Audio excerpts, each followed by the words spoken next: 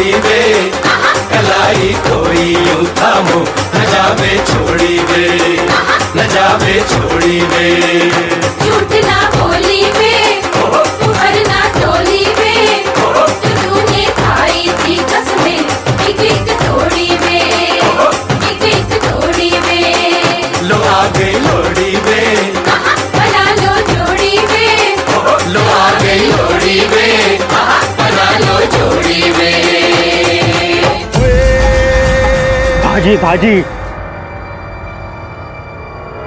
खेतों में। खेतों में? क्या हुआ श्रवण खेतों में? जरा आराम से बोल। दलजीत ने तेज सिंह को गोली मार दी। क्या? हाँ।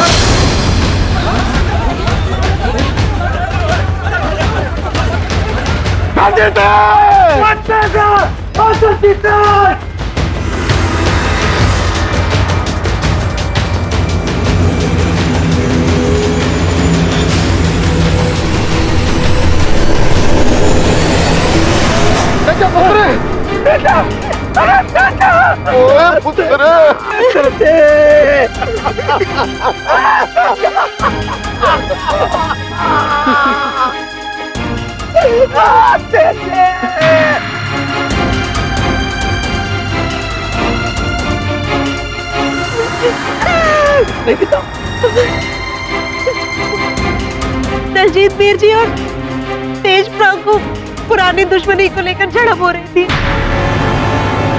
तभी दलजीत वीर जी गुस्से में आकर अपनी बंदूक निकाली और तेज प्राण पे दाग दी।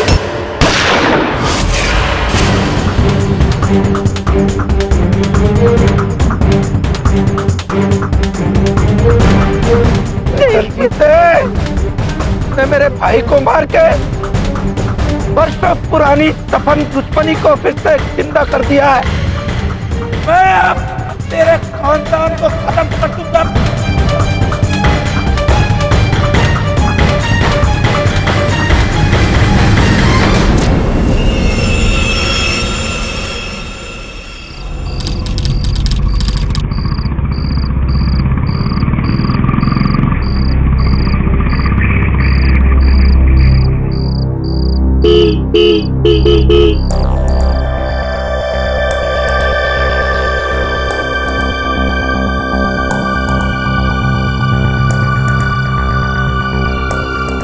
अरे सरमजीत किथे जा रही है?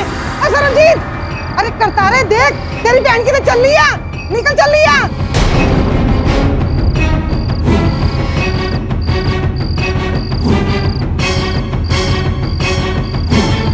पीजी को पता चल गया, मैं जल्दी चलो। राहुल स्टार्ट नहीं हो रही।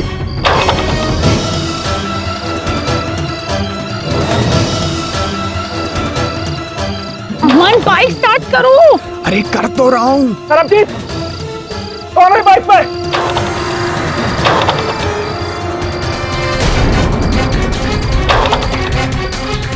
हमारा दुश्मन रंजीत का बेटा, पकड़ो। चलो, बाइक स्टार्ट क्यों नहीं हो रही? ऑन रखनी चाहिए थी ना तुम्हें। मुझे क्या पता तुम झट से आ जाओगी।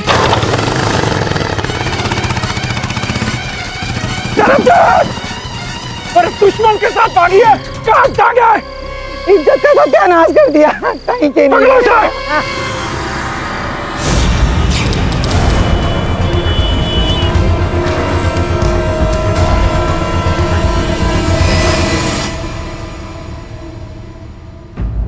शेफाली, मैं ऑफिस में हूँ, तुम्हें बाद में फोन करता हूँ। इसका जवाब मैं तुम्हें बाद में दूँ?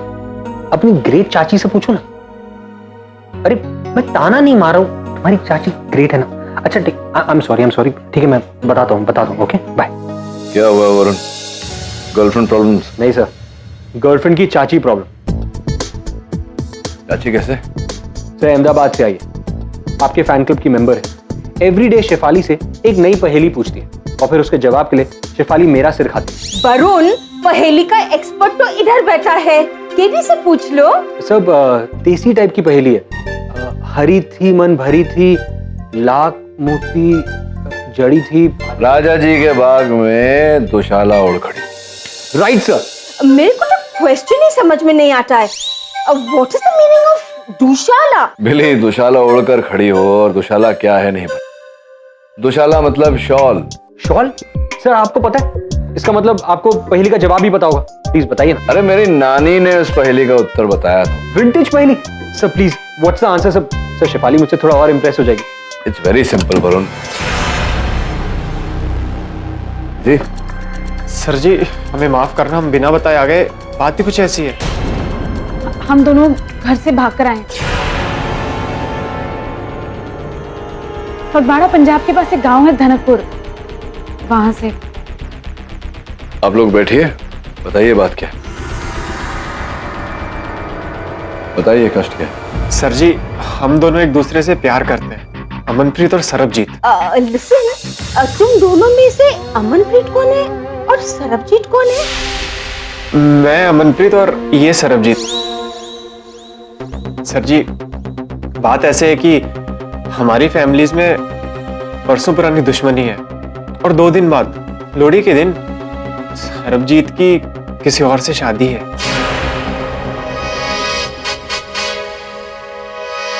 सरबजीत की शादी किसी और से होने वाली है, इसलिए तुम भगा के लाए हो इसे। देखो अमनप्रीत, ये तुमने ठीक नहीं किया। तुम दोनों बालिग हो, तुम दोनों को कानूनी रूप से तो कोई रोक नहीं सकता, लेकिन मेरे पास क्यों आए हो? मैं तो मैरिज रजिस्ट्रार तो हूं नहीं। जी अब तो आप ही सब कुछ हैं। हम दोनों बिना अपने खानदानों की हामी के शादी नहीं कर सकते, लेकिन उनको राजी करने के लिए उन्हें पहले मिलाना होगा। और उन्हें मिलाने के लिए उनकी एक गलतफहमी को दूर करना होगा। नहीं, ये क्या क्या बोल रहे हैं आप दोनों? मैं कैसे आपके परिवारों को मिला सकता हूँ? क्या गलतफहमी? मैं कैसे दूर सकता हूँ? बताइए, ठीक स्पष्ट रूप से बताइए। जी 1 साल पहले लोहड़ी की रात को मेरे चाचा तेज सिंह को ना खेतों में किसी ने गोली मार दी थी।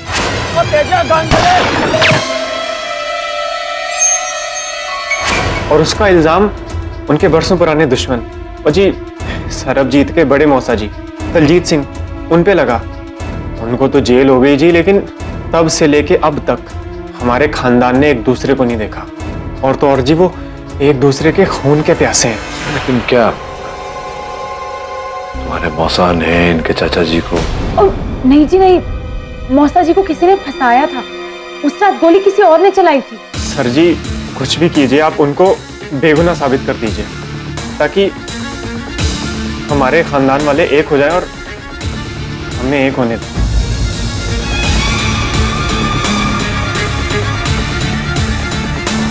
तो केडियन वरुण, बैग पैक करूं पंजाब के लिए? हाँ मिली, कर ही दो। वैसे भी बहुत दिन हो गए सरसों का साग और मक्की की रोटी खाए हुए।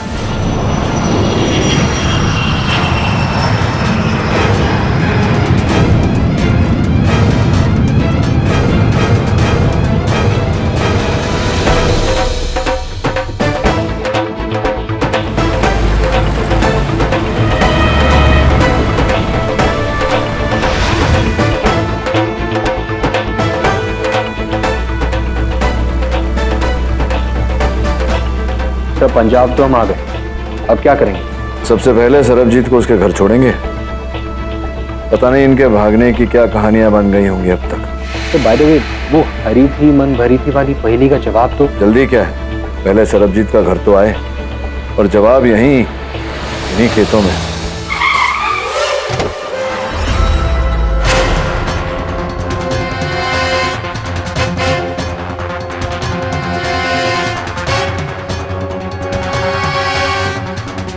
वाह सरदार साहब, क्या स्वागत है। तो तू ही है वो जिसने मेरी बहन को भागने की सलाह दी थी? केडी सर ने भागने की नहीं, लौटने की सलाह दी। कौन सर? KD sir. केड़ा केडी? अरे केडी पाठक मेरा नाम है। तो मशहूर वकील केडी पाठक। जी भाई। हाँ, और अब यही दलजीत को बेगुनाह साबित करें ताकि मैं और सरबजीत तेरे सीने विच तो मैं गोली दागांगा। मेरी बहन को लेकर भागा था ना? अरे नहीं सरदार साहब, ऐसा नहीं है जैसा आप समझते हैं। पहले आप बंदूक तो नीचे करिए, मैं समझा। बहुत बहुत आप देखिए, आपकी बहन को वापस लाने का आइडिया मेरा नहीं था, अमन का ही था। वो नहीं चाहता कि आपकी रजामंदी के बिना इनका रिश्ता जुड़े। शरीफ बच्चा है, वैसे भी ये कानून को हाथ में लेकर कोई लाभ नहीं होगा। मिलाप तो मैं करवाऊंगा, मौत से, इसका और इसके पूरे खानदान का। अगर अगली बार मेरी बहन की तरफ आंख उठाकर भी देखा ना। देखिए आप मेरी बात जोड़ने आए हो? और सर जी कुछ चीजें ना टूटने के बाद जुड़ती नहीं है। जोड़ सकते हो, जोड़ के दिखाओ।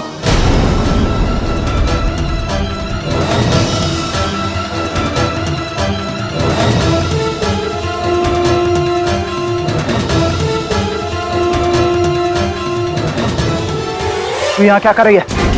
चल अंदर। क्या करो? चल अंदर। अंदर चल। बहुत हो गया तेरा ना। सर, इस रोमियो जूलियट की कहानी की एंडिंग तो अब आपके हाथों में। लकड़ी तोड़ना बहुत आसान है, लेकिन जब दिल जुड़ जाते हैं उन्हें तोड़ना असंभव हो जाता है।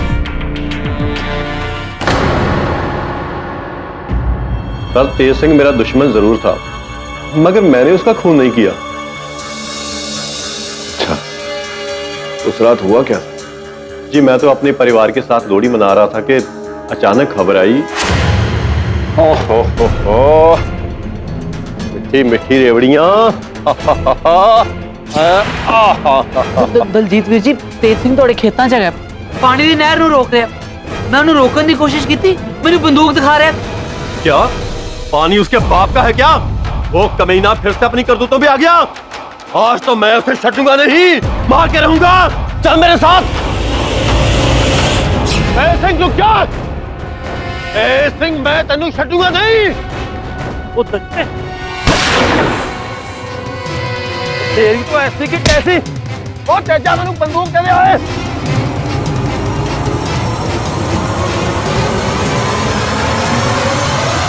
ओ तेजा गन दे दे।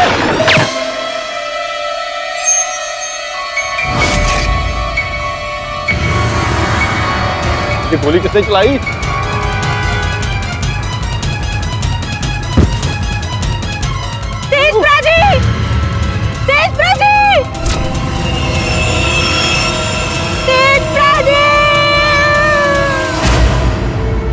इसका ये अर्थ होता है कि उस रात आपकी बंदूक से 2 गोलियां चली। सर, पहली गोली मैंने चलाई उसे डराने के लिए, लेकिन वो मुझ पर ही भड़क गया और मेरी बंदूक से ही उसने मुझ पर गोली चला दी। वो तो जल्दी से मैंने बंदूक दूसरी तरफ घुमा दी, लेकिन तीसरी गोली किसने चलाई कुछ पता ही नहीं चला और उसी गोली ने उसकी जान ले ली। मतलब उस रात आपकी राइफल से एक गोली आपने चलाई, एक तेज सिंह ने चलाई, और आपके अनुसार तीसरी गोली भी चली थी जो किसी और ने अपनी राइफल से चलाई थी। किसी पर संदेह है आपको? जी, तेज सिंह की मौत के बाद उसके हिस्से की सारी जमीन उसके सौतेले चाचा बल्लू सिंह को मिल गई, जो उस रात खेतों में था। अच्छा, बल्लू सिंह। कोई तो फिक्र ना कर, ये केडी पाठ कुछ नहीं बिगाड़ सकेगा इस केस का, और ना ही दलजीत को हम बाहर आने देंगे जेल से, समझा?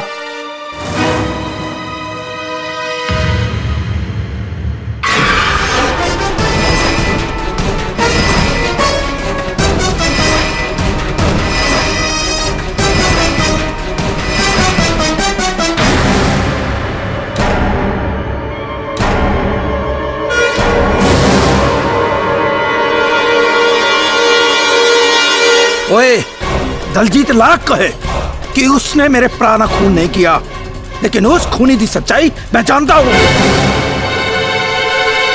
और अगर उस केडी ने उसे बचा भी लिया तो हम वाहेगुरु दी सौ उसे जान से मार डालेंगे।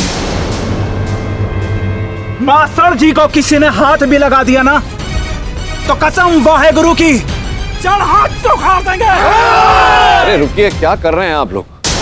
केस का फैसला होने से पहले ही आप लोगों ने अपना अपना फैसला कर लिया। थोड़ा सब्र कीजिए, कानून को अपना काम करने दीजिए। आइए अंदर, केस की सुनवाई शुरू होने वाली। आइए प्लीज।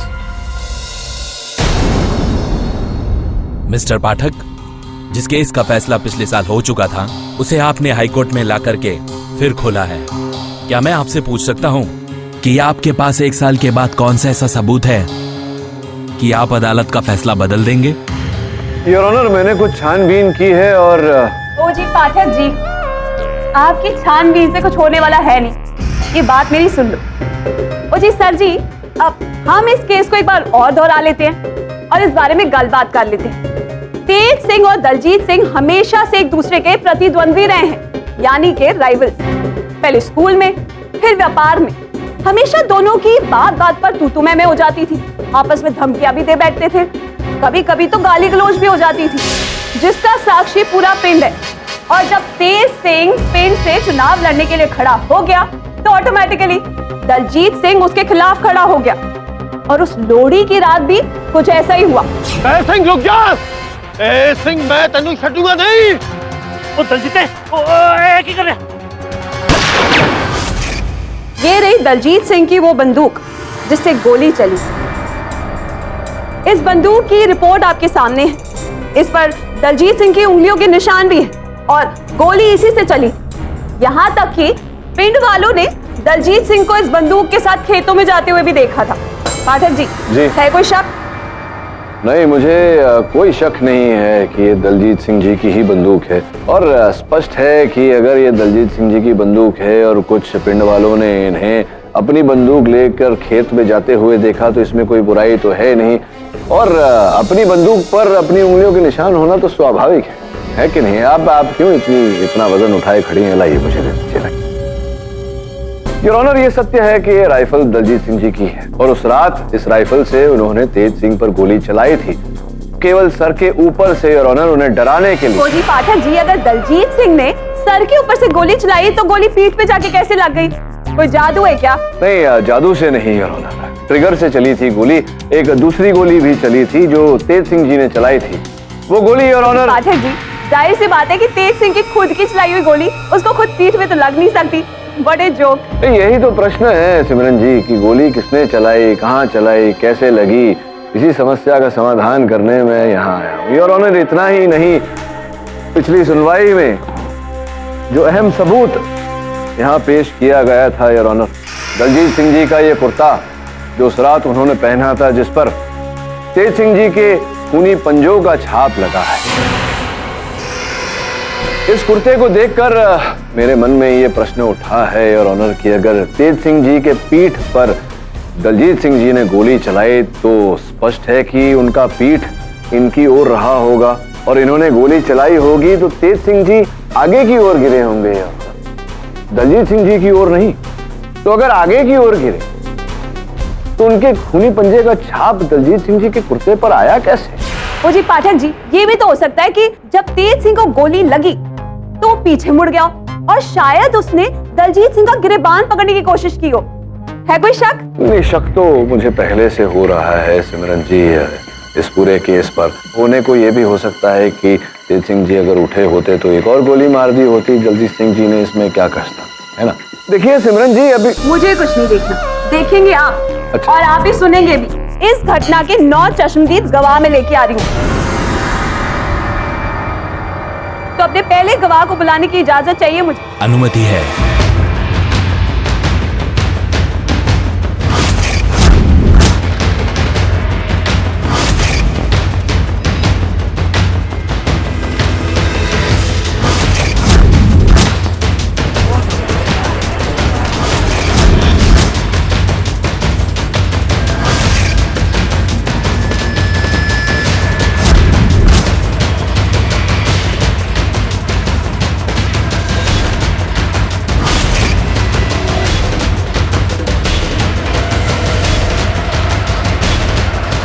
तो जी सुन लिया मिस्टर पाठक जी, अब तो यकीन हो गया?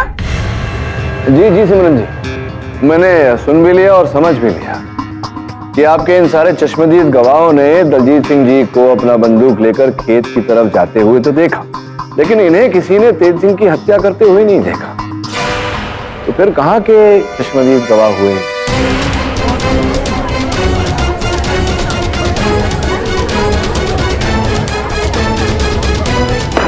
Order, order. ओह जी मिस्टर पाठक जी, आपकी ये बात भी पूरी कर देते हैं। हम एक ऐसे गवाह को बुलाते हैं जिन्होंने ये वारदात होते हुए अपनी आंखों से देखी है। तो जी योर ऑनर जी, अब आपसे इजाजत चाहिए अपने अगले गवाह को कटघरे में पेश करने की। मेरे अगले गवाह है सुरिंदर सिंह जी। सर जी, वैसे तो मेरी दोस्ती दोनों से थी, पर साथ में सिर्फ सच का देना चाहूंगा। मैंने अपनी साफ आंखों से देखा था दलजीत भरा जी को, तेज भरा जी को गोली दागते हुए।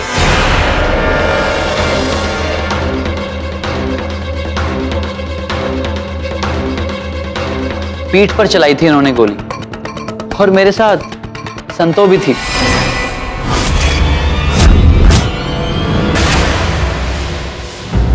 जी मैं तो 20-30 फुट की दूरी पे थी जी, और मैंने इनकी लड़ाई देखी नहीं बल्कि सुनी भी थी जी। दलजीत वीर जी बुरी तरह से कोस रहे थे तेज भरा जी को, और जैसे उन्होंने अपनी राइफल उठाई,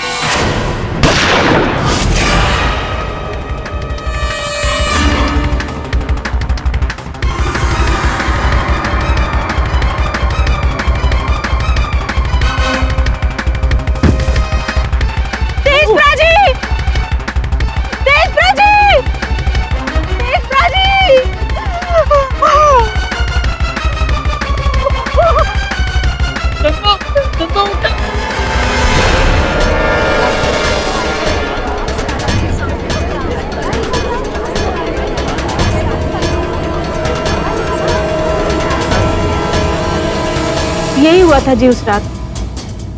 दलजीत वीर जी ने मारा है तेज भरा जी को।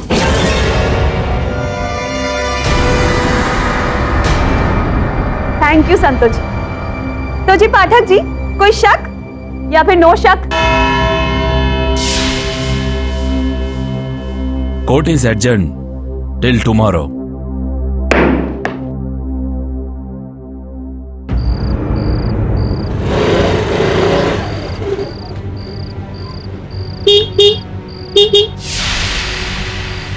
सरबजीत, इतनी रात तू? मैंने पहले कहा था ना, भाग चलते हैं, अब भी टाइम है। पर अदालत में केस हम हार जाएंगे अमन। सारे गवाह मौसा जी के खिलाफ हैं। कुछ नहीं होने वाला। ये लोग हमेशा एक दूसरे के दुश्मन ही रहेंगे। इससे पहले कि केस का फैसला हो जाए और वीर जी मेरी शादी किसी और से कर दे। भाग चलो। ना सरबजीत, जहाँ इतना दिन इंतजार किया वहाँ एक दिन और सही। मुझे केडी सर पर पूरा भरोसा है। वो ना हमारे प्यार को हारने देंगे और ना ही अपने केस को। सर, केस जीतने का प्रेशर तो अब और भी बढ़ गया।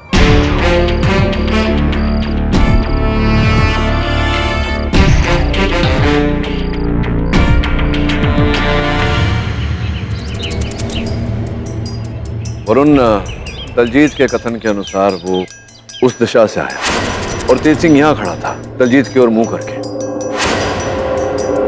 वो लकड़ी उठा दे। समझ ले, तू दलजीत है, तेरे हाथ में बंदूक। तूने मेरे सर के ऊपर से गोली चलाई। तो स्पष्ट है कि गोली उस दिशा में गई होगी। इसे ढूंढना होगा हमें। तो गोली ढूंढो? 1 साल के बाद गोली मिलेगी? ढूंढने से तो ईश्वर भी मिल जाता। Right sir.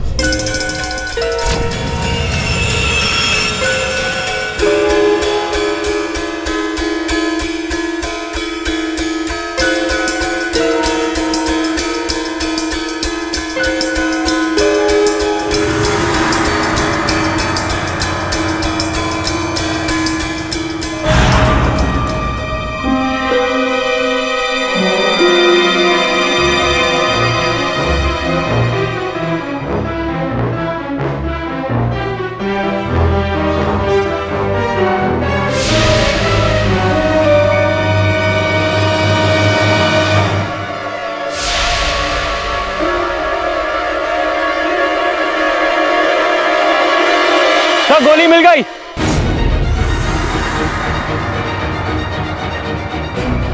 ये तो वैसी ही गोली है जैसी दलजीत सिंह अपने राइफल में रखा था। सर, दलजीत की गोली तो मिल गई। अब वो गोली ढूंढते हैं जो तेज सिंह ने चलाई थी। एक मिनट, ये बात पहले क्यों नहीं सोची? कौन सी बात सर? बताता हूँ, ये रख। तेज सिंह की चलाई गोली तो हमें मिलेगी नहीं, क्योंकि उसी गोली से उसकी हत्या हुई है। Sir, how is it possible?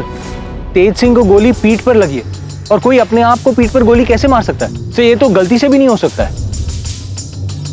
Sir, एक मिनट, मुझे कुछ समझ में नहीं आ रहा है। आप कह रहे हैं कि कोई तीसरा आदमी है जिसने तेज सिंह को मारा है? चल घटनास्थल पर चल। एक बार घटनाक्रम को फिर से दोहराना पड़ेगा। बंदूक उठा फिर। तो ये हुआ कि दलजीत ने तेज सिंह के सर के ऊपर से गोली चलाई। वो दोनों में हाथापाई हुई और फिर तेज सिंह ने बंदूक को छीनने की कोशिश की। दूसरी गोली वहां चली और फिर गोली आपकी पीठ पर लगी। मेरा मतलब है तेज सिंह की पीठ पर लगी। कहां से, कैसे? और वहां ठीक पीछे संतों का घर है। तो संभव है कि संतों ने गोली चलाई हो जो तेज सिंह के पीठ पर लगी। सर मुझे कुछ समझ में नहीं आ रहा, आगे पीछे कौन कहां खड़ा था। मेरा सिर्फ एक सवाल, अगर तेज सिंह ने गोली आगे की तरफ चलाई है तो फिर वो गोली उसकी पीठ पर कैसे लगी? How is it possible? या फिर दलजीत सिंह झूठ बोल?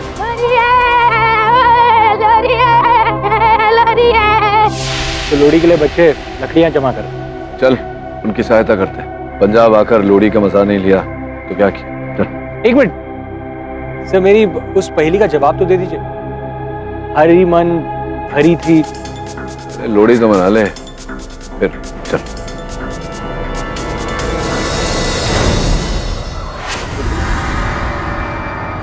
सर आपने बताया नहीं लोड़ी क्यों मनाते? वरुण, ये लोरी वर्ष के सबसे छोटे दिन और लंबी रात पर मनाई जाती है। एक प्रकार का प्रतीक है फसल कटने की और किसान के नए वर्ष की शुरू होने की। तो वो लोग उल्लास से शुरुआत करते हैं लोरी की आग को जलाकर। अंकल हम तो आग में मूंगफली भी फेंकते हैं ऐसे।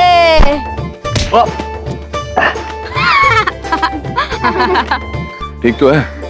कुछ नहीं सब, मूंगफली लकड़ी पर लगकर मुझे लग गया। तेरे साथ ही हो सकता है।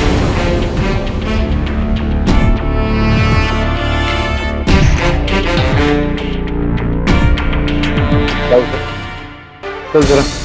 कहाँ? केस का समाधान ढूंढे। तब पता नहीं केडी से को क्या दिख जाता है जो मुझे नहीं दिखता। केडी से जरा जो होता है वो दिखता नहीं, और जो दिखता है वो होता नहीं। जो भी हो अब तो अदालत में ही पता चलेगा। चल। अदालत की कार्रवाई शुरू की जाए। प्रोसिक्यूटर साहिबा पहले आप। ओ जी मिस्टर योर ऑनर जी, पिछली अदालत में तो सिर्फ मैं ही बोली, आज तो मिस्टर पाठक जी के जवाब देने की बारी है। या फिर ये कहे कि मिस्टर पाठक जी के पास मेरे बड़े बड़े गवाह और उनके बयान सुनने के बाद शायद कोई जवाब बचा ही नहीं। क्यों जी मिस्टर पाठक जी? नहीं, सही बोला आपने। मैं आज जवाब नहीं दूंगा, सवाल पूछूंगा आपके इन बड़े बड़े गवाहों से। और संभव है कि मेरे सवाल पूछने के बाद में आपके पास कोई जवाब न बचे। सबसे पहले संतो।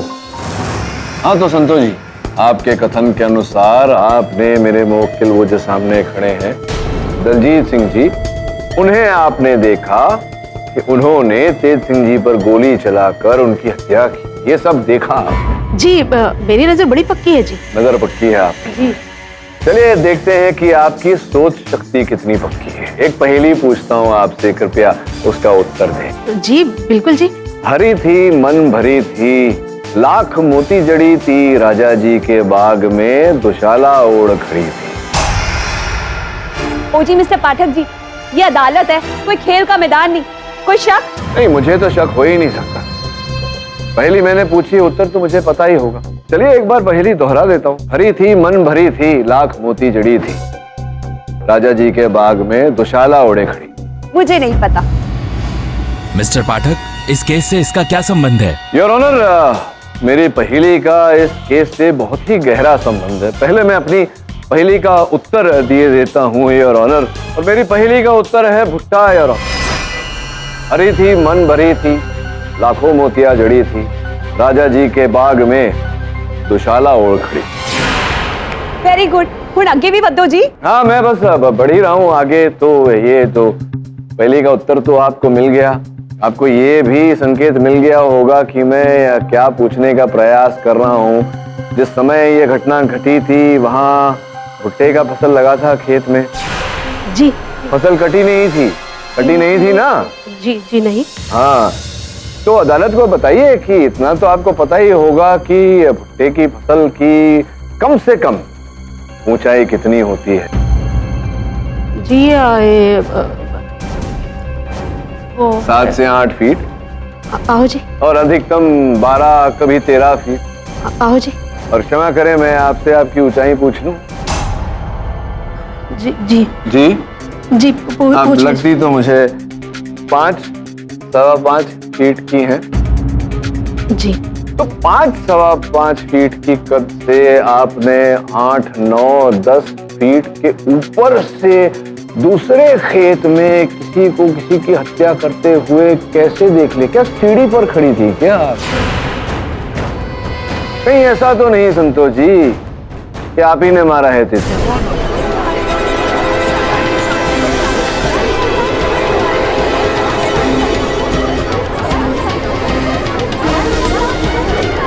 तो 5 सवा 5 फीट की कद से आपने 8 9 10 फीट के ऊपर से दूसरे खेत में किसी की हत्या करते हुए कैसे देख ले? क्या सीढ़ी पर खड़ी थी क्या?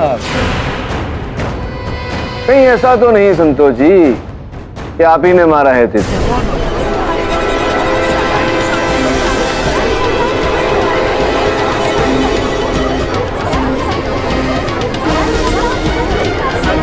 Order order. नहीं जी, मैंने नहीं जी, बिल्कुल नहीं। झूठ बोला आपने संतोष जी, झूठ बोला। आप बताइए आपकी किसके कहने पर आपने झूठ बोला? क्यों झूठ बोला आपने? सुरेंद्र जी।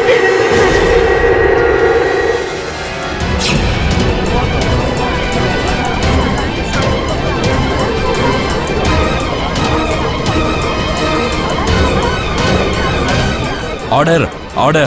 सुरेंद्र प्राजी ने कहा था कि दलजीत वीर जी को फंसाना है और उनके कहने पर ही मैंने सब झूठ बोला।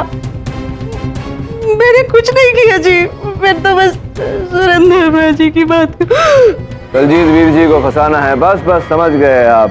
योर ऑनर, आपकी अनुमति हो तो सुरेंद्र बाजी को कटघरे में बुलाओ। जी सर, मैंने भी कुछ नहीं देखा था। हम तो बस दलजीत पाजी को फंसाना चाहते थे ताकि आने वाले चुनाव में उनके बदले में मैं विधायक खड़ा हो सकूं।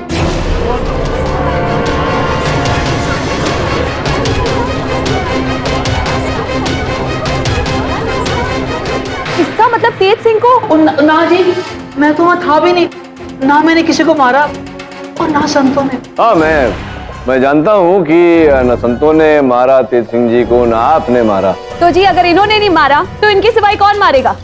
यानी दलजीत सिंह ने ही तेज सिंह को मारा है, कोई शक? नहीं, दलजीत सिंह जी ने भी नहीं कत्ल किया। मैं जानता हूँ कत्ल किसने किया।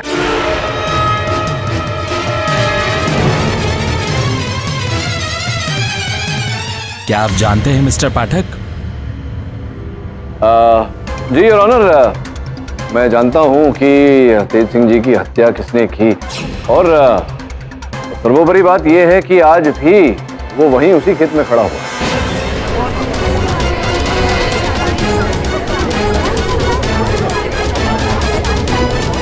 वाह वाह, मानना पड़ेगा, कातिल में बड़ी हिम्मत है। 1 साल के बाद भी घटना स्थल पर ही डटा हुआ है। जी योर ऑनर, एकदम मतलब जिद्दी है। मेरे लाख कहने पर भी अदालत में नहीं आया।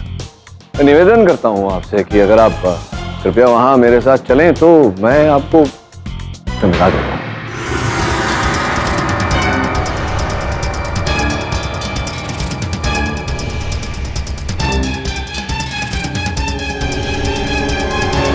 ओ जी mister Pathak ji, I don't believe this.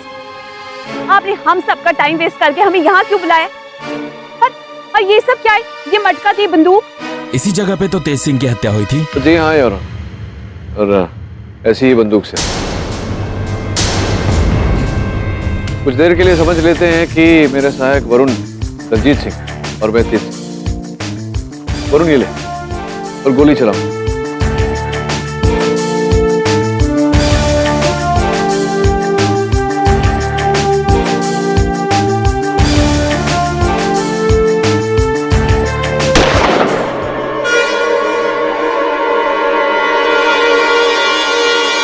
Varun ये ले और गोली चलाओ।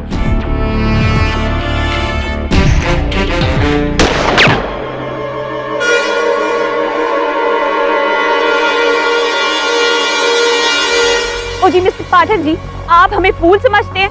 हम कैसे मान ले कि उस दिन भी गोली ऐसी मिस हुई थी सर जी, है कि नहीं? क्योंकि वो गोली ये रही।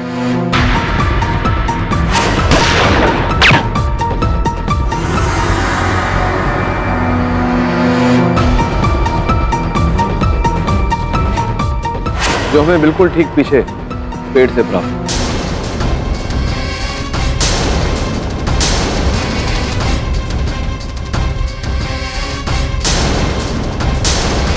और फिर दलजीत सिंह और तेज सिंह के बीच हाथापाई हुई और उस हाथापाई में एक गोली और चली।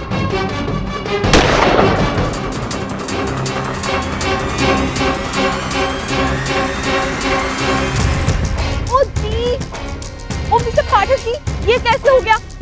आपने तो गोली उल्टी दिशा में चलाई थी, गोली से मटका कैसे फूट गया है जी? ये तो इस केस का आधार है पीपी साहब। आज मटका फूटा उस दिन तेज सिंह की पीठ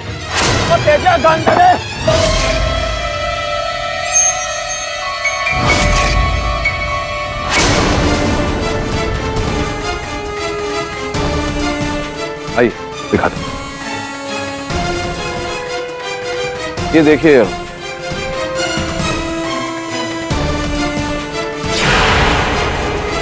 इस खंबे पर गोली लगने का निशान।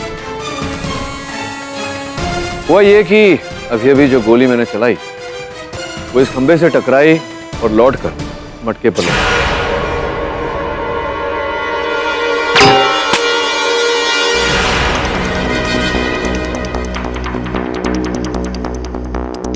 उस रात भी ऐसा ही कुछ हुआ था। तेज सिंह की चलाई हुई गोली पहले इस खंबे से टकराई और लौटकर उसी की पीठ पर लगी।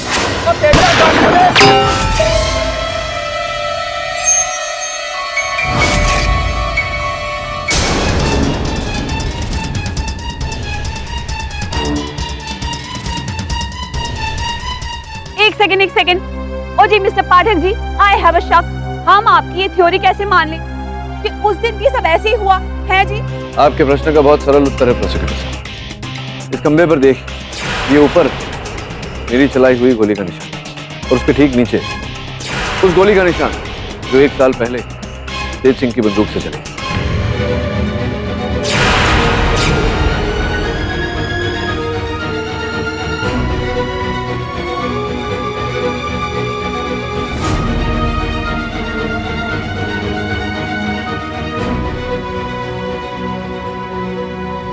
योर ऑनर, इस बात की जांच तो बैलिस्टिक्स बहुत आसानी से करते हैं।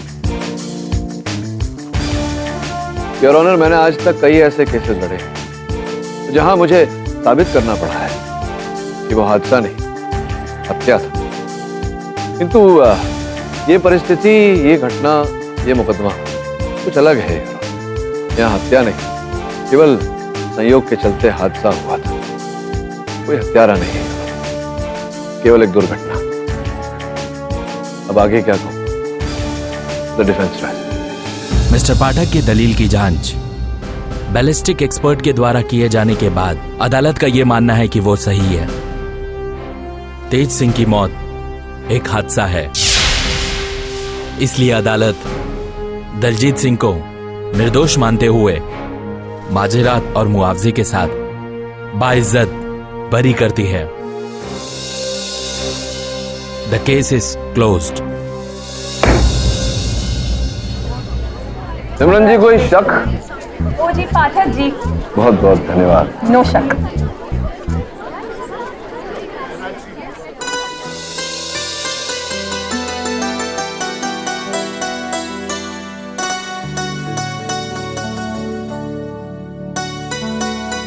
क्या कर रहे हैं आप लोग? जोड़ी का पर्व है, अब तो दुश्मनी भी खत्म हो गई। गले तो मिलिए।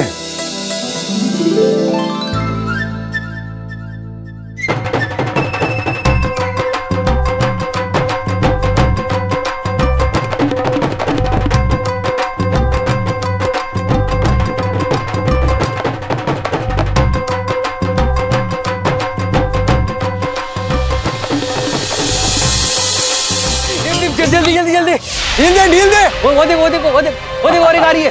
जल्दी जल्दी, हाँ थोड़ी ढील दे जाएगी। अंकित, चलो बस करो, हमें मम्मी, जिग्नेश भाई और सुरेश काका से मिलने जाना है। मकर संक्रांति साथ मनानी है ना। मैं ना तेरी फैमिली का नौकर नहीं हूँ, दामाद हूं उनके घर का। हाँ तो कौन इनकार कर रहा है? कुछ देर पहले तेरे प्यारे भाई जिग्नेश का फोन आया था, दवाइयों की लिस्ट दी है और बोला लेते आना। मैं तेरे भाई का ना डिलीवरी बॉय नहीं हूँ।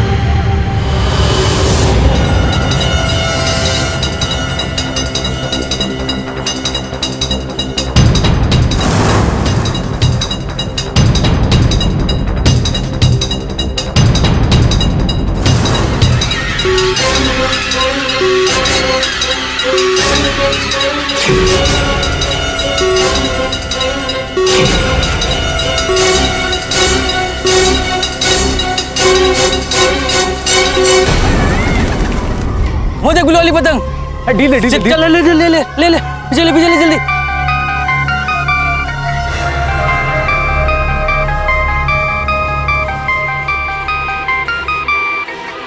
हेलो, हाँ ठीक है, मेरे इशारे का इंतजार करना।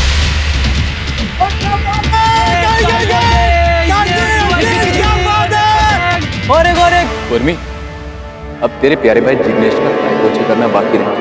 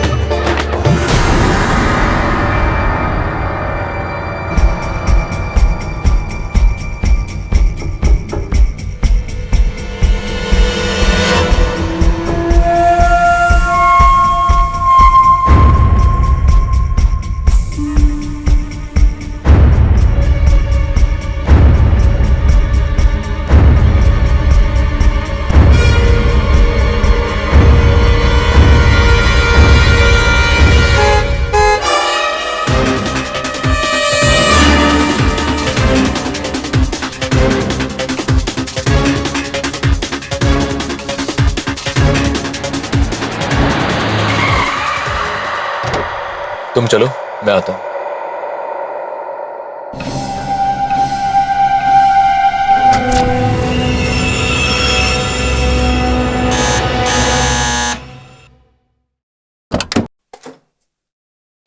जय श्री कृष्ण। जय श्री कृष्ण। जय श्री कृष्ण सुरेश काका। Thank you. मेरे सामान है? नहीं। आइए जमाई राजा, मैंने तुम्हारे लिए खिचड़ो बनाया है, तुम्हें बहुत पसंद है ना? मेरी पसंद और नापसंद की किसे फिक्र है सासू? अरे मैं तो यहाँ जमाई से डिलीवरी बॉय बन गया। क्यों सुरेश काका?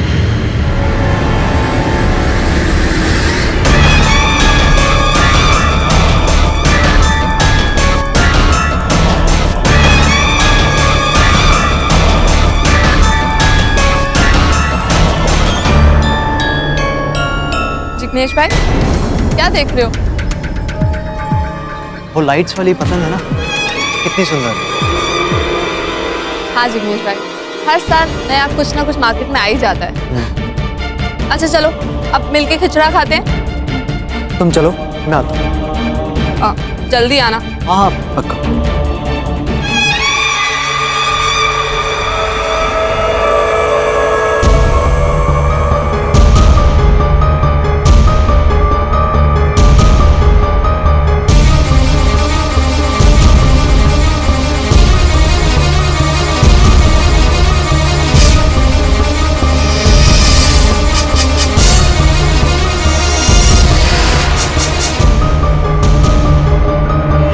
काम हो गया ना? ठीक, मिला ही अपने भाई से। चलो अच्छा है, मेरा बस चले ना तो उसका मरा हुआ मुंह देखो। I just hate him. जल्दी अपना हाथ चलाओ।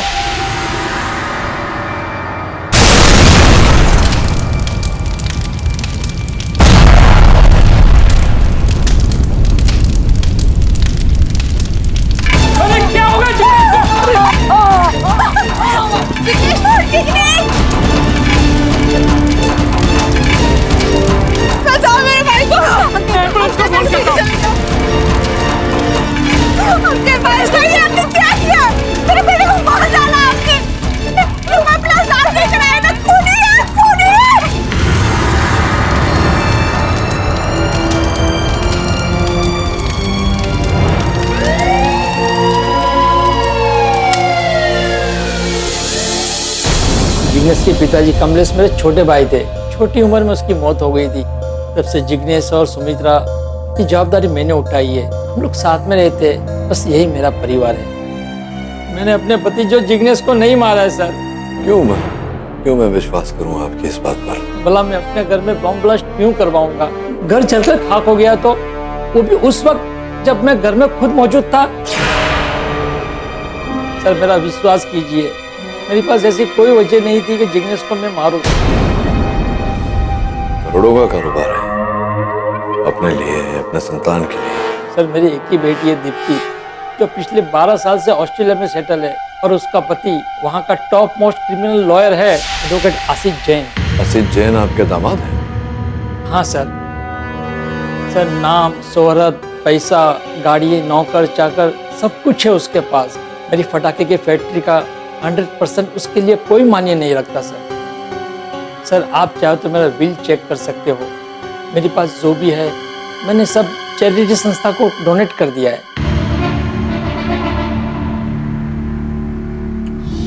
बताइए क्या हुआ था उस रात? सर उस रात में जिग्नेश, कहाँ जा रहा है तू? मैंने तुझे कहा था ना कमरे के बाहर निकलने की कोशिश की, तेरी टांग तोड़ दूंगा मैं। और मैंने भी कहा था ना आपसे कि आप मेरे काका हैं, पापा नहीं जो मैं आपकी हर बात मानूं। मेरी माँ विधवा है ना, इसी बात का तो फायदा उठा रहे हैं आप। क्या कहा तूने? सुरेश भाई, मेरा दम घुट रहा है यहाँ। मैं छत पर जा रहा हूँ। तुम छत पे नहीं जाओगे, जाओ अपने कमरे में। सुरेश भाई, आप मेरे बच्चे की जान लेंगे क्या? आपने कब से उसे कमरे में कैद करके रखा हुआ है? सुमित्रा भाभी, आपको कुछ पता नहीं है। सुरेश भाई, हद होती है। आज मकर संक्रांत है, कम से कम आज तो उसे खुली हवा में सांस लेने दो, पतंग उड़ाने दो। ठीक है जाओ, लेकिन छत पे मेरे पौधे के पास मत जाना। हाँ पता है, प्लांट ही तो आपके बच्चे हैं, मैं थोड़ी ना हूँ कुछ। जिग्नेश आई वार्न यू, छत पे मेरी किसी भी चीज का हाथ मत लगाना।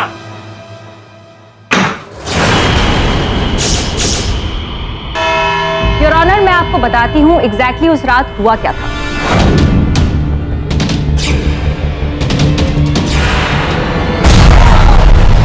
मिस्टर सुरेश दावड़ा ने अपने भतीजे जिग्नेश को इस तरह मौत के घाट उतारा कि सबको लगे ये शायद एक एक्सीडेंट होगा, पर हकीकत में ये एक वेल प्लान्ड मर्डर था। लेकिन इतने विश्वास के साथ आप ये कैसे कह सकती हैं? योर ऑनर, जिग्नेश की मौत कॉन्सेंट्रेटेड पोटेशियम के ब्लास्ट की वजह से हुई थी। कॉन्सेंट्रेटेड पोटेशियम एक बहुत ही इनफ्लेमेबल केमिकल है, और जैसे ही वो एटमॉस्फेरिक ऑक्सीजन के संपर्क में आता है वो तुरंत ही ब्लास्ट हो जाता है। अब सोचने वाली बात यह है कि पोटेशियम का कैनिस्टर घर में कैसे आया? घर तो दूर, इसे फैक्ट्री में लाने के लिए भी स्पेशल परमिशन, लाइसेंस की जरूरत होती है। क्या ये सब आपके पास थी सुरेश भाई? जी नहीं, मैंने तो एक्सपेरिमेंट के लिए ही मंगवाया था, ताकि मैं सस्ते और अच्छे फटाके बना सकूं।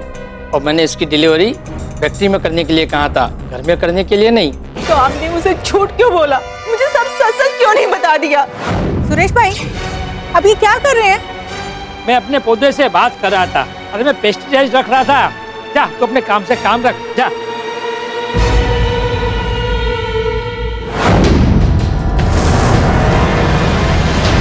सुमित्रा का स्वभाव ही ऐसा है, बहुत सवाल पूछती है, बिना वजह बात का पतंगड़ा बना देती है, इसलिए मैंने उससे सच नहीं कहा। योर ऑनर, माना कि सुरेश जी ने वर्जित रसायन अपने घर में रखा, ये अपने आप में एक अपराध है और इस अपराध का दंड इन्हें मिलना चाहिए, किंतु इससे ये कहाँ प्रमाणित होता है योर ऑनर कि जिग्नेश की हत्या इन्होंने की? एग्जैक्टली माय लॉर्ड, मैंने तो सुमित्रा के सामने जिग्नेश को कहा था कि छत पे मेरी किसी भी चीज को हाथ मत लगाना, पर उसने पोटेशियम पर एक कैंस्टर को छू लिया। उसमें मेरी क्या गलती? इसी को तो कहते हैं foolproof planning. Your honour, Suresh Dawda ने रिवर्स साइकोलॉजी यूज की है। नहीं, रिवर्स साइकोलॉजी मतलब एक मिनट, मैं आपसे पूछना चाहता हूँ, क्या ये सत्य है कि जिग्नेश को जो करने को कहा जाता था उसके विपरीत ही करता था? वो ऐसा सिर्फ सुरेश भाई के साथ करता था। सुरेश भाई उसे जो भी कहते थे जिग्नेश उसका उल्टा ही करता था। जिग्नेश जब 14 साल का था तो उसके पिता की हार्ट अटैक की वजह से डेथ हो गई। तब सुरेश भाई ने फैक्ट्री की और जिग्नेश की जिम्मेदारी अपने सर पर ले ली।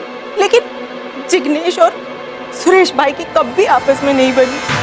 लेकिन सुरेश भाई इतने स्ट्रिक्ट थे, वो जो भी कहते थे ना जिग्नेश हमेशा उसका उल्टा ही करता था। और 14 जनवरी की रात को भी यही हुआ योर ऑनर। सुरेश भाई ने जानबूझकर जिग्नेश से कहा, छत पे मेरी किसी भी चीज का हाथ मत लगाना, क्योंकि अच्छी तरह से जानते थे जिग्नेश उल्टा ही करेगा। और जिग्नेश ने वही किया। उसने जाकर कैनिस्टर को सिर्फ हाथ ही नहीं लगाया, उसे खोला भी और ब्लास्ट हो गया। तो कृपया ये भी बताइए प्रोसिक्यूटर महोदया कि इसमें सुरेश जी का क्या लाभ? इट्स वेरी सिंपल मिस्टर पाठक। सुरेश भाई चाहते थे कि जिग्नेश के जाने के बाद सारा कारोबार उनका हो जाए। मेरा बेटा बहुत लायक बन गया था, लेकिन सुरेश भाई हमेशा उसे दुत्कारते रहते थे, नालायक समझते थे। यहाँ तक कि अभी पिछले 1 महीने से उसे घर में कैद करके रखा हुआ था। हाँ, मैंने उसे हाउस अरेस्ट में रखा था, लेकिन उसे टॉर्चर करके मारने के लिए नहीं, बल्कि इसलिए कि वो ड्रग एडिक्ट हो चुका था।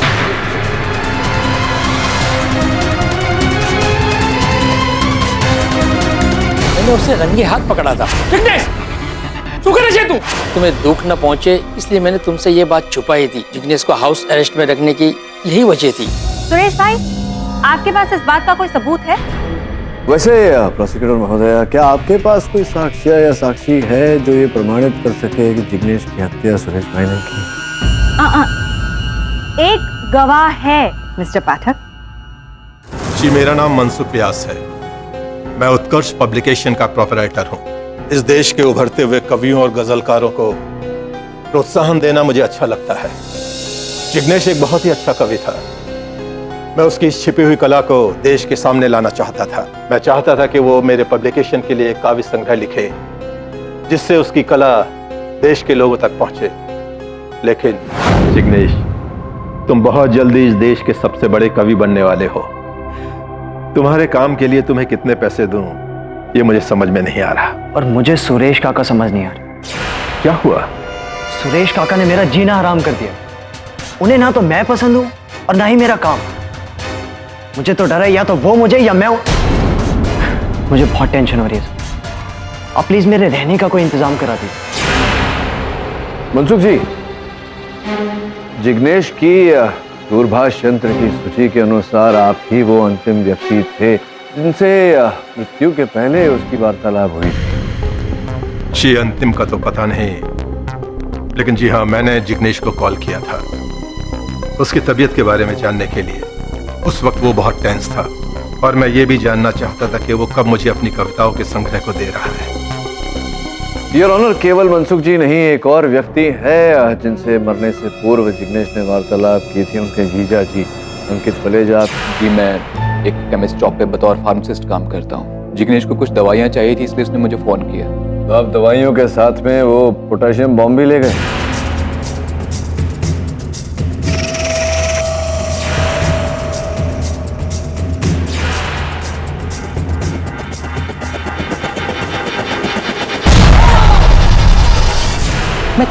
मैं जिग्नेश को क्यों मारना चाहूंगा?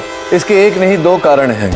सर्वप्रथम ये कि जिग्नेश के बाद तो पूरा कारोबार उर्मी के हाथों में आ जाता। उर्मी के हाथों में, आपके हाथों में बात तो एक ही। द्वितीय कारण ये कि आप अपने अपमान का बदला लेना चाहते थे जिग्नेश। कैसा अपमान?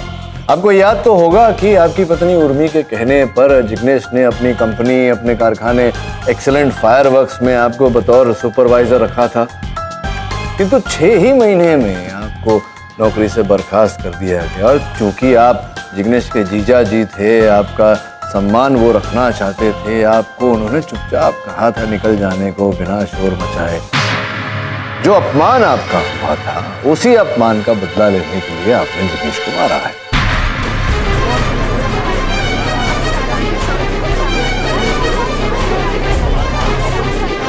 Silence in the court. Your honour, इस बात की पुष्टि करने के लिए मैं अपना एक गवाह कटघरे में बुलाने की अनुमति चाहता हूँ। My name is Anthony Fernandes. Excellent fireworks में स्टॉक इंचार्ज का काम करता था।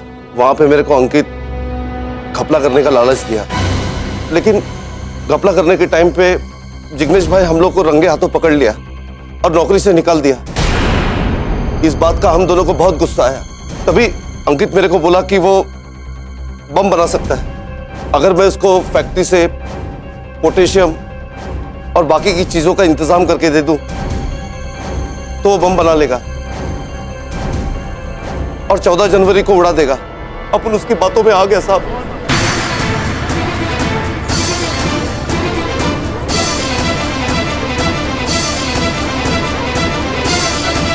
मेरा पाप का सजा मेरा बच्चा को मिला। वो हॉस्पिटल में डेंगू का बीमारी से सीरियस है साहब।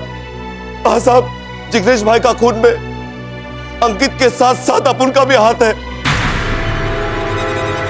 योर ऑनर, घटनास्थल पर उपस्थित व्यक्तियों ने ये कथन दिया है कि उन्होंने 2 विस्फोट होने की आवाज सुनी। प्रथम विस्फोट जिस कारण जिग्नेश के शरीर को आग लगी, वो भागकर पौधों की ओर गया जहां पर पोटेशियम का सिलेंडर रखा हुआ था और उसके शरीर पर लगे आग के कारण वो भी ब्लास्ट हुआ। योर ऑनर, दूसरा विस्फोट। नहीं नहीं नहीं योर ऑनर, ये सब झूठ है। मैंने जिग्नेश को नहीं मारा। ये सब झूठ है।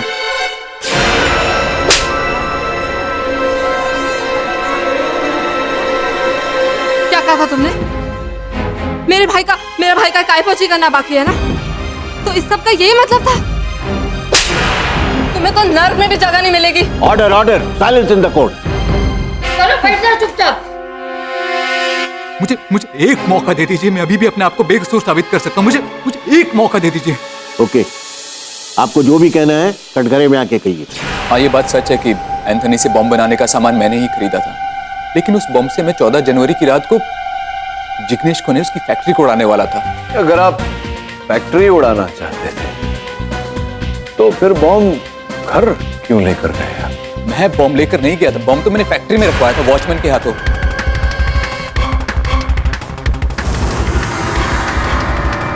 और इस काम के लिए मैंने वॉचमैन को 50,000 रुपए दिए थे।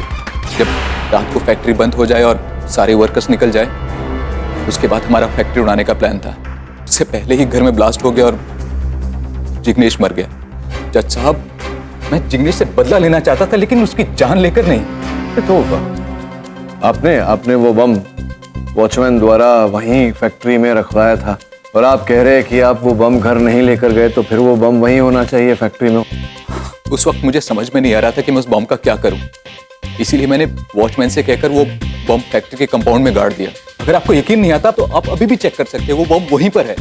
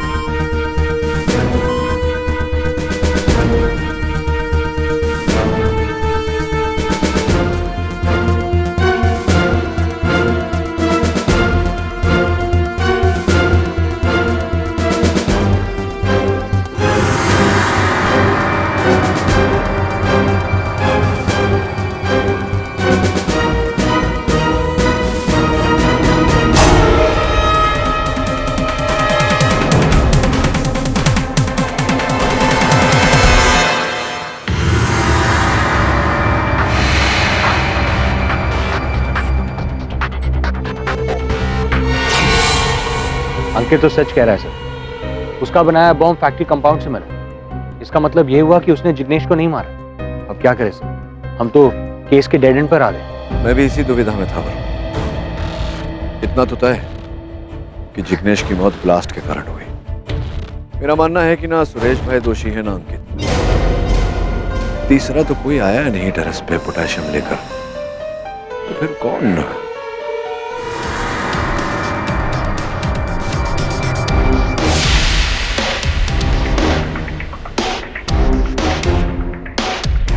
कितनी अजीब बात है वरुण।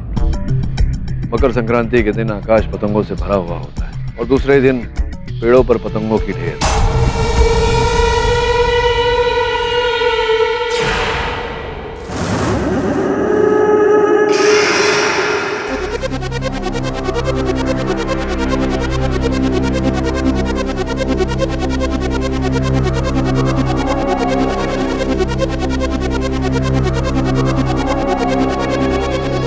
ये तो चाइना में बनी हुई एलईडी पतंग है, लेकिन इस विदेशी पतंग में ये देसी कपड़े की पुतली की, और ये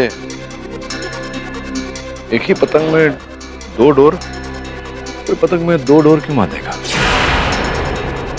चाइना वाले हर साल अजीबोगरीब पतंग लॉन्च करते रहते हैं, से इनके दिमाग की भी ना दाद देनी पड़ेगी। पता लगा कि यहाँ आसपास में सब विचित्र पतंग कहाँ बिकता है। सब अगर ऐसी विचित्र पतंग के बारे में आप इंक्वायरी क्यों करवा रहे हैं? क्योंकि कभी कभी विचित्रता में ही विशेषता छुपी होती है।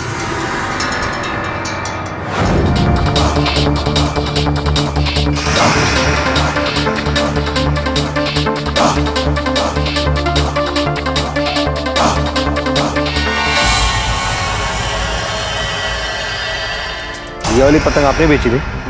जी नहीं, ऐसी पतंग तो पूरी मुंबई में एक ही होलसेलर के यहाँ मिलेगी, मुस्तफा पतंग वाला, दादी सेठ, 11वीं लेन, 10वीं गली।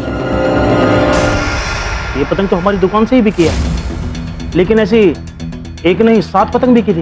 एक ही कस्टमर ने 7 पतंग खरीदी? नहीं नहीं नहीं, 2 ने 1-1 और 1 ने 5 खरीदी।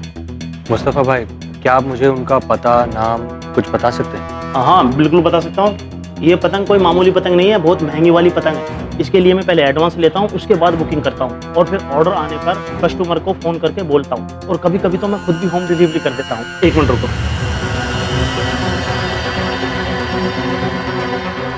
ये रहे ये तीनों के नाम और एड्रेस। अरे 1 मिनट रुको भाई, जरा फिर से वो काइट वाली तस्वीर दिखाना।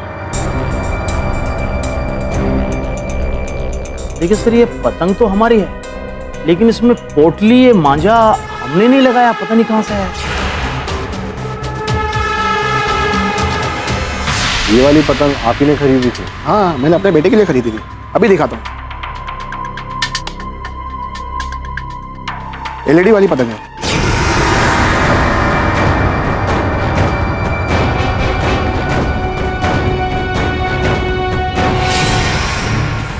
ये पतंग? इसे तो मैंने अपने गर्लफ्रेंड को सरप्राइज देने के लिए खरीदी थी। ये उसके घर पे ही होगी। आपको चाहिए तो मैं उसके घर पे ले चलता हूँ आपको। नहीं, इट्स ओके, थैंक यू। साहब किससे मिलना है? ऊपर जा रहा है। ये लोग तो दुबई चले गए, यहाँ अब कोई नहीं रहता है।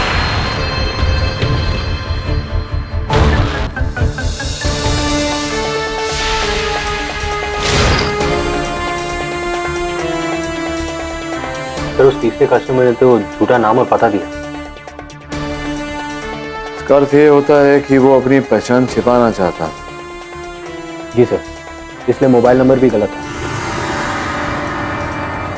ये जब पेड़ पर तुझे पतंग मिला तो इसकी कन्नी जो है, धागा, किस दिशा में था? तो साउथ। साउथ, दक्षिण की ओर, अर्थात उत्तर में पतंग फंसा। इसे उड़ाया था किसी ने दक्षिण की ओर से। और ये इसकी डोर की लंबाई मापी तो नहीं? जी हाँ सर, 603 मीटर। ये डोर देख रहा है। जब पतंग फंसा उसने खींचने की कोशिश की होगी, पतंग पेड़ से निकला नहीं होगा। ये देख, कैंची से काटी है उसने। सर, कैंची से ही क्यों? हाथ से क्यों नहीं? हाथ से असंभव है, नायलॉन की डोर है, हाथ से नहीं टूटती।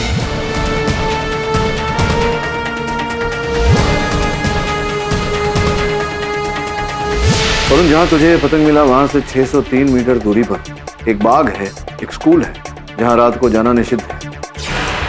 बचा केवल पठान चौक। पठान चौल। तो वहां तो 300 झोपड़ियां हैं और 15,000 से भी ज्यादा लोग।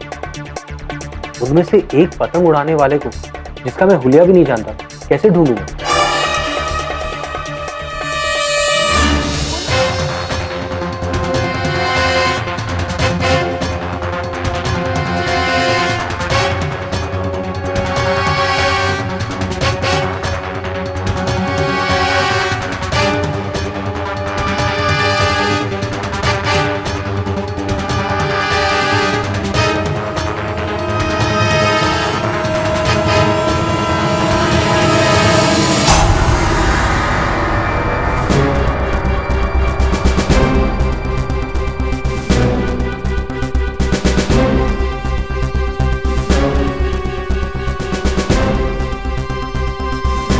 भैया जी, आप इस आदमी को पहचानते हैं?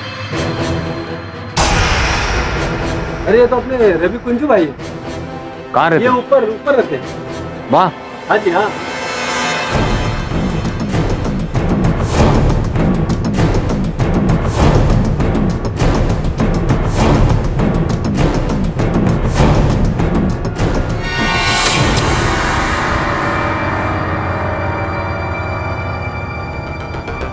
खेड़ी साहब, घर का पता चल गया और नाम का भी। उसका नाम रवि कुंजू है, लेकिन एक ही प्रॉब्लम है सर, दरवाजे पर ताला लगा हुआ है। क्या? मगर सर मैं रात को यहाँ पर अकेले। Okay sir, good night. Varun मियां, रात तो यहाँ पर तुम्हें अकेले ही काटनी होगी। चलो।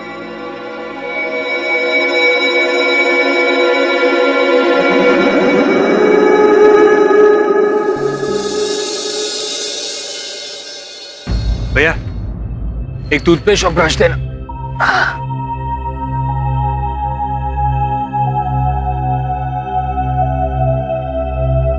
चलो। Thank you.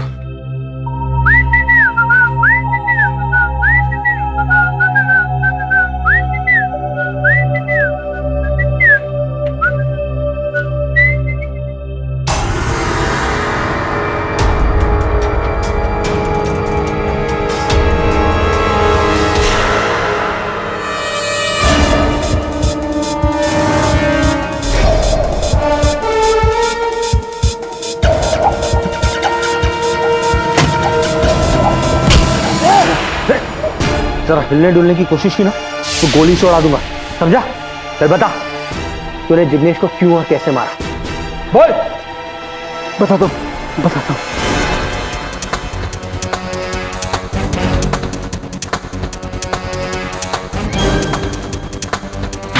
अब आया ना ऊंट पहाड़ के नीचे। अब जो कुछ भी तूने मुझे बताया, चल के अदालत में सबको बता। रवि, जो तुमने मेरे सहायक वरुण को बताया, कृपया न्यायाधीश महोदय को भी बताइए। हाँ, मैंने जिग्नेश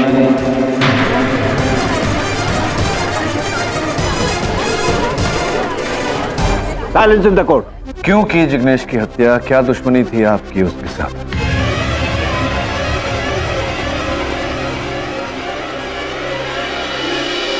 रवि,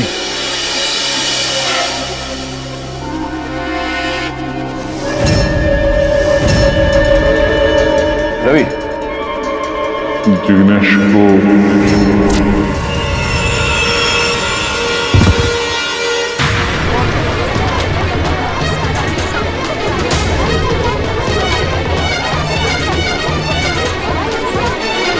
योर ऑनर, हल्की हल्की सांसें अभी भी चल रही है। मैं आपसे निवेदन करता हूं कि तुरंत इन्हें अस्पताल ले जाया जाए। इस केस के बहुत ही महत्वपूर्ण साक्षी हैं। या call the ambulance fast. Sir अब क्या करें? कुछ नहीं कर सकते वरुण, रवि के स्वस्थ होने की प्रतीक्षा करनी पड़ेगी। पर क्यों सर? हमें तो पता है कि हत्यारा कौन है। रवि ने हमें सब कुछ बता दिया, फिर कल हम अदालत में सब कुछ बता देते। नहीं वरुण, अगर अदालत में ये बात बताई तो नुकसान हमारा ही होगा। सर्वप्रथम तो अदालत मेरी बात मानेगी नहीं, क्योंकि यहाँ साक्षी और साक्ष्य की आवश्यकता पड़ती है, और द्वितीय जो असल अपराधी है वो भी सतर्क हो जाएगा। और अगर रवि ठीक नहीं हुआ तो? अगर वो ठीक नहीं हुआ तो असल अपराधी कभी पकड़ा नहीं जाएगा।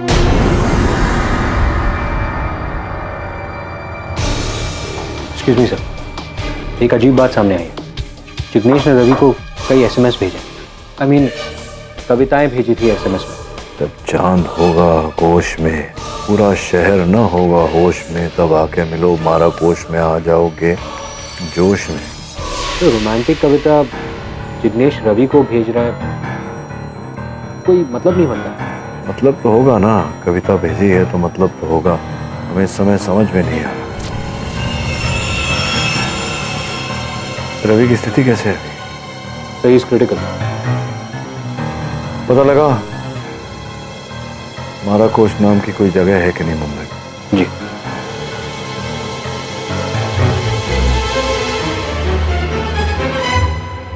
जिग्नेश की हत्या बुलेट्स द्वारा की गई थी। बुलेट द्वारा? जी। ऐसे कैसे मुमकिन है? नहीं, अगर बुलेट से जिग्नेश पर वार किया गया होता तो उसके बॉडी में छेद होने चाहिए थे। नहीं, छेद होने चाहिए थे, लेकिन छेद नहीं थे क्योंकि ब्लास्ट हुआ था। तो एग्जैक्टली, तो ब्लास्ट कैसे हुआ था बताएंगे मिस्टर पाठक? ब्लास्ट हुआ इस पतंग द्वारा हुआ था। यू मीन टू से ये काइट मर्डर वेपन है? जी जी। मिस्टर पाठक आप क्या कह रहे हैं? मेरी कुछ समझ में नहीं आ रहा। नहीं समझ में आएगा, वो मैं समझाऊंगा, तत्पश्चात आपको समझ में आएगा। तो मैं समझाता हूँ, आप समझने का प्रयास करिए। Thank you. तो योर ऑनर, जैसा कि मैं कह रहा था, वो बुलेट्स विशेष प्रकार की होती हैं। इस प्रकार की बुलेट्स हैं यार। इन बुलेट्स की विशेषता ये है कि इनमें पोटेशियम पाउडर भरा जाता है। 15-20 फीट की ऊंचाई से गिराने पर किसी भी वस्तु के संपर्क में आते ही इसका जो टॉप है योर ऑनर, वो खुल जाता है और उसके अंदर भरा पोटेशियम पाउडर बाहर आ जाता है। एटमॉस्फेरिक ऑक्सीजन के संपर्क में आते ही विस्फोट होता है। ऐसा ही योर ऑनर उस दिन जिग्नेश के साथ भी हुआ।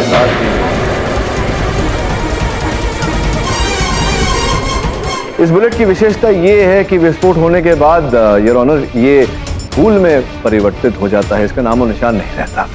योर ऑनर, हुआ ये था कि इस पतंग में ये पोटली बांधी गई थी, जिस पोटली में ऐसे बुलेट्स थे। इस पतंग में 2 डोर हैं योर ऑनर। एक डोर से पतंग उड़ाया गया था और दूसरे डोर से पोटली बांधी गई थी। जैसे ही पतंग को उड़ाकर ये जिग्नेश के ऊपर लाया गया, दूसरी डोर खींची गई ताकि ये पोटली उल्टी हो जाए, और जिस कारण से इसमें भरी हुई बुलेट्स जाकर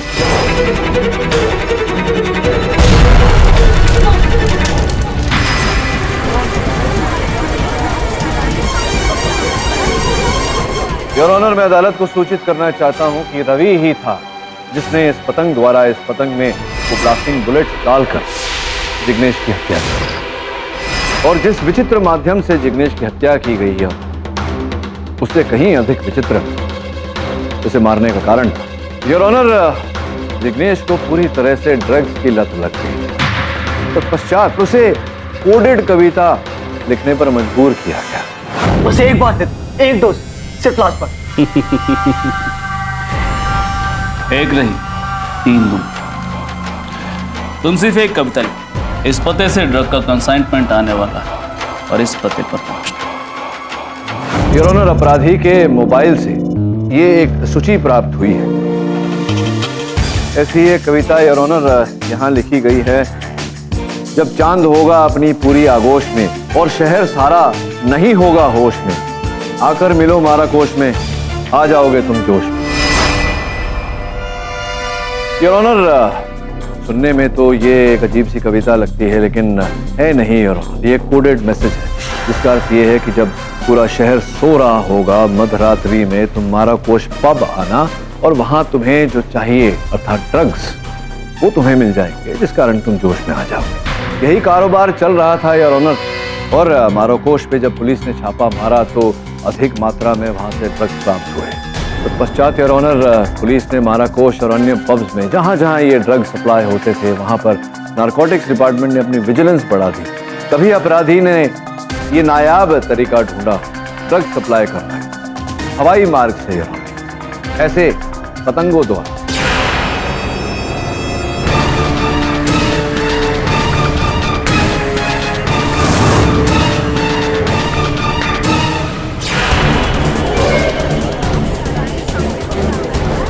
सब रवि ने बताया। अगर ऐसा है तो पुलिस ने अब तक उसका स्टेटमेंट जमा क्यों नहीं किया अदालत में? और रवि कहाँ है? योर ऑनर, दुर्भाग्यवश यहाँ से एम्बुलेंस में अस्पताल ले जाते समय रवि की मृत्यु हो। योर ऑनर, रवि तो मर गया है और उसका कन्फेशन स्टेटमेंट भी रिकॉर्ड नहीं हुआ, तो उस पर लगे ये सारे इल्जाम साबित कैसे होंगे? नहीं, वो करने के लिए मैं हूं ना। योर ऑनर, रवि ने मृत्यु से पहले घटनाक्रम, घटना की सच्चाई और असल अपराधी का नाम मेरे सहायक वरुण को बता दिया था। दुर्भाग्यवश उस समय मेरे पास कोई साक्षी या साक्ष्य नहीं था जिसके द्वारा मैं सत्य को प्रमाणित कर सकूं। रवि की अचानक मौत का कारण क्या? योर ऑनर, रवि की मृत्यु स्वाभाविक रूप से नहीं हुई, उसे विष देकर उसकी हत्या की गई। योर ऑनर, रवि की मृत्यु स्वाभाविक रूप से नहीं हुई, उसे विष देकर उसकी हत्या की गई। और जब हमें इस बात का पता चला, मैंने डॉक्टरों से निवेदन किया कि उसके मौत के समाचार बाहर न जाने दें, क्योंकि मुझे विश्वास था कि असल अपराधी वहां अस्पताल अवश्य पहुंचेगा उसकी हत्या करने के लिए, और ऐसा ही हुआ।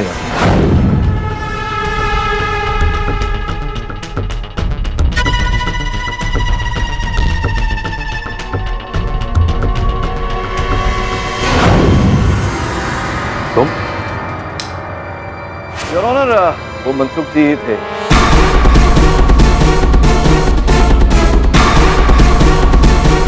जिन्होंने अस्पताल में मृत रवि को एक बार फिर मारने का प्रयास किया और ये प्रमाणित कर दिया कि इस पूरे षड्यंत्र के पीछे यही था। आगे बोलिए।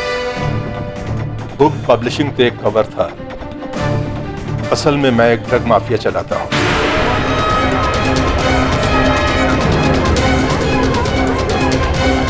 जिग्नेश अपनी कविताओं के संग्रह को लेकर मेरे पास आया था।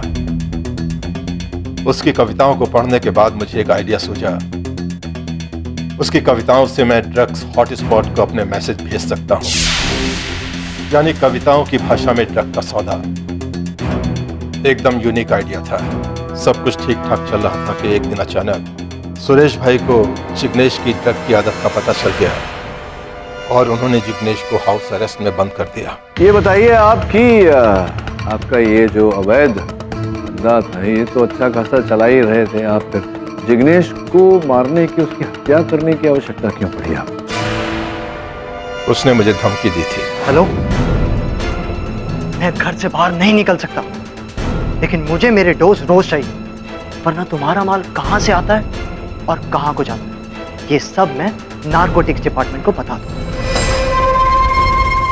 पानी सर के ऊपर जा चुका था। जिग्नेश को मारना बहुत जरूरी था, लेकिन सुरेश भाई ने जिग्नेश को हाउस अरेस्ट में रखा हुआ था। कैसे मारता जिग्नेश को? ये बात मैंने अपने supremo international mafia king pin से की, तो उन्होंने मुझे ब्लास्टिंग बुलेट्स भेजी और मैंने रवि के जरिए एलईडी काइट से जिग्नेश को उड़ा दिया।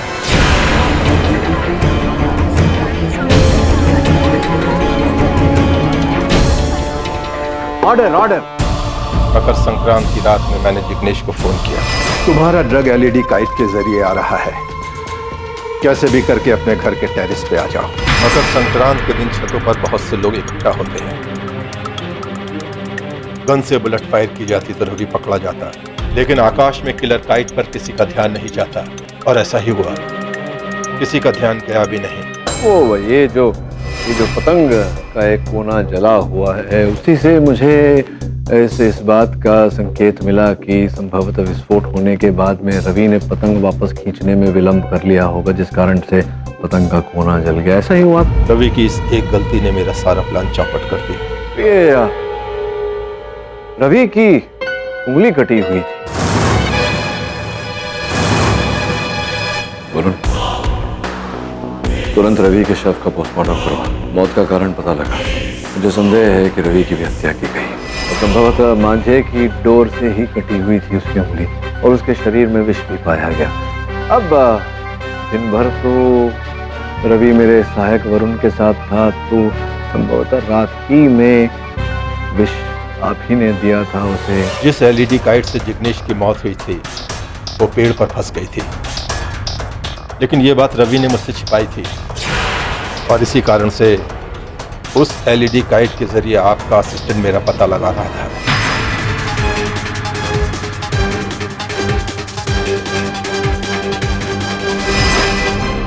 उसी रात रवि को मैंने अपने घर पर बुलाया।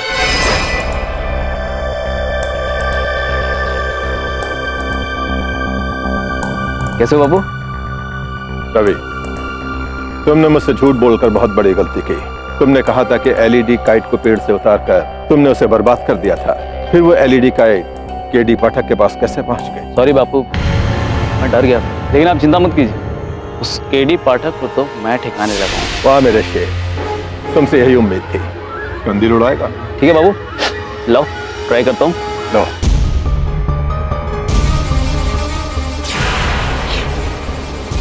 उस मांझे में जहर लगाया गया था। उंगली कटने पर जहर उसके शरीर में घुस गया। कुछ ही घंटों में उसकी मौत पक्की थी। तो डिफेंस ये अदालत मनसुख व्यास को जिग्नेश डावडा और रवि कुंजू के कत्ल और देश में ड्रग्स का कारोबार फैलाने के जुर्म में आजीवन कारावास की सजा सुनाती है और सुरेश डावडा को इस केस से बाइज्जत बरी करती है। The case is closed. और भी दिलचस्प कहानी देखने के लिए हमारे चैनल को सब्सक्राइब करें और बेल आइकॉन दबाना न भूलें।